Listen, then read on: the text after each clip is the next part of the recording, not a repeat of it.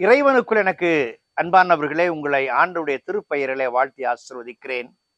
இறைவன் தந்த இந்த புதிய நாளின் நன்மைகளும் மேன்மைகளும் உங்களிடத்தை பெருக தேவன் கிருபை பாராட்டுவாராக.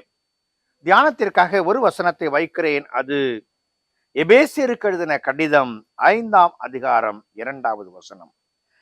கிறிஸ்து நமக்காக தம்மை தேவனுக்கு சுகந்த வாசனையாக காணிக்கையாகவும் பலியாகவும் ஒப்பு கொடுத்து நம்மில் அன்பு கூர்ந்தது போல நீங்களும் அன்பிலே நடந்து கொள்ளுங்கள். மீண்டும் முற்பகுதியை வாசிக்கிறேன்.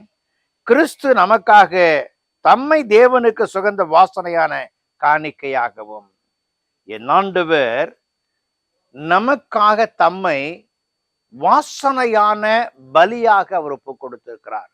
சுகந்த வாசனை, பிராக்ரன்ஸ். என் ஆண்டவர் எனக்கு சுகந்த வாசனை என்று சொன்னால் என் வாழ்க்கை எப்படி இருக்கும்? இந்த பர்ஃப்யூம்ஸ் எல்லாம் நம்ம கடையில வாங்குவோம். அந்த பர்ஃப்யூம்ஸ் எல்லாம் வாங்கி நம்ம மேல அடிச்சுக்கிட்டாக்க நமக்கு நம்மிடமிருந்து ஒரு புதிய மனம் புறப்படுவதை நாம் உணர முடிகிறது. அந்த பக்கத்துல போகும் பொழுது வேறு சிலர் வந்தார்கள், என்ன பர்ஃப்யூம் போட்டிருக்கிறீங்க அப்படின்னு சொல்லி கேட்பாங்க.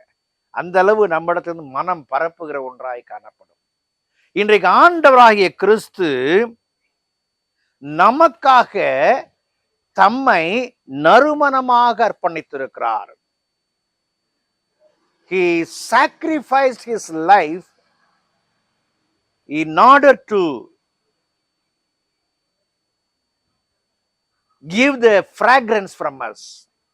அன்புக்குரிய விசுவாசிகளே, என் ஆண்டவர் அப்படிப்பட்ட வாசனையாக எனக்காக தம்மை சுகந்த வாசனையாய் பலி செலுத்தி இருக்கும் பொழுது என்னுடைய அடிச்சுவடுகள், என்னுடைய தடம் பதித்தல் எப்படியாய் காணப்படுகிறது?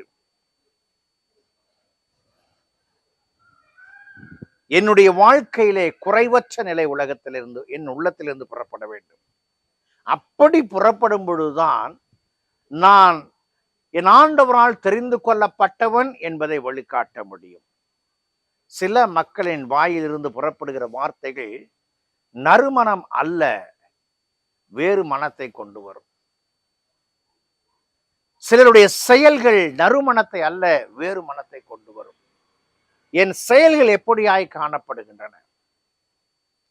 ஒரு முறை ஒரு திருச்சபையில ஆராதனை முடிந்ததும் நான் சமாதானத்தோட போய் வாருங்கள் என்று சொல்ல, அவர்கள் கர்த்தரின் நாமத்தினாலே ஆமேன் என்று சொல்லி சென்று விட்டார்கள்.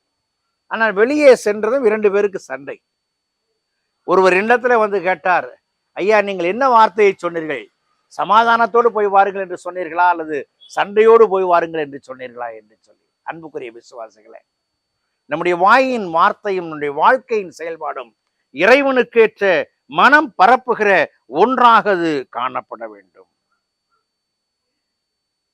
அது எப்பொழுது மனம் பரப்பும் என்று சொன்னால், இறைவன் எனக்காக அன்பின் நிமித்தமாக தன் ஸ்தானத்தை விட்டு இறங்கி அன்பின் நிமித்தமாக எனக்காக தன்னை பலியாய் ஒப்பு கொடுத்ததை மனதிலே கொண்டு உலக வாழ்க்கையில அந்த அன்பை நான் வெளிக்காட்டும் பொழுது நானும் இறைவனுக்காய் மனம் பரப்புகிறவனாய் காணப்படுவேன் என்பதில மாற்றமில்லை.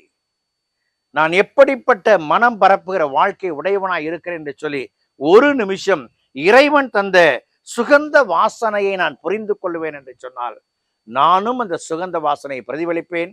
அது அநேக மக்களை ஆண்டவரிடத்துல கொண்டு வரும், ஆண்டவரை மகிமைப்படுத்தும் என்பதில் மாற்றமில்லை. உங்களையும் என்னையும் ஆண்டவர் அதற்காக அழைத்திருக்கிறார். அர்ப்பணிப்போம், இறையாசியோடு வாழ்வோம், ஜெபம் செய்வோம். கிருபை நிறைந்த எங்கள் அன்பின் ஆண்டவரே, உம்மிலே நாங்கள் பெற்ற மனம் மற்ற மக்களுக்கு சென்றடையத்தக்கதாக மனம் பரப்புகிற பிள்ளைகளாய் நாங்கள் வாழ உதவி செய்யும். உம்முடைய மனம் எங்களில் தங்கவும், அந்த மனத்தை கொண்டு மற்ற மக்களை உம்மண்டை கொண்டு வரவும் கிருபை பாராட்டும். ஆசீர்வதியும். இயேசுவில் ஜெபிக்கிறோம், ஜெபங்கள் பிதாவே, ஆமென்.